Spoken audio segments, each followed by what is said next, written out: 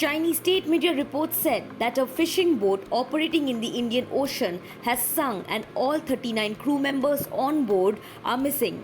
Broadcaster CCTV said that the sinking happened at around 3 am local time on Tuesday.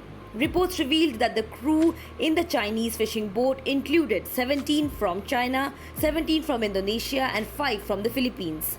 Chinese President Xi Jinping and Prime Minister Li Qiang have ordered Chinese diplomats abroad and the Agriculture and Transportation Ministries to assist in the search for survivors. The vessel, dubbed Lupenglai Yuan Yu No. 8, was based in the eastern province of Shandong and was operated by the Penglai Yingyu Company Limited.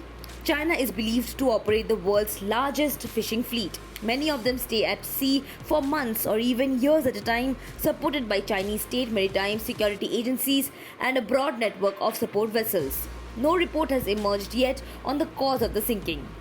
Meanwhile, in view of the recent cyclone Mocha, recovery efforts are underway in Myanmar and Bangladesh after the powerful cyclone smashed into their coastlines, causing widespread destructions and at least 21 deaths, with hundreds of others believed missing. Chinese squid fishing ships have been documented using wide nets to illegally catch already overfished tuna as part of a surge in unregulated activity in the Indian Ocean. This information was extracted from a report released in 2021 by a Norway-based watchdog group that highlights growing concerns about the lack of international cooperation to protect marine species on the high seas.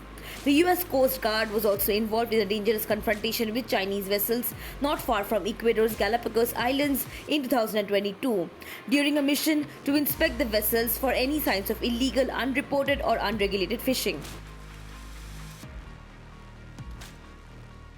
Subscribe to One India channel and never miss an update.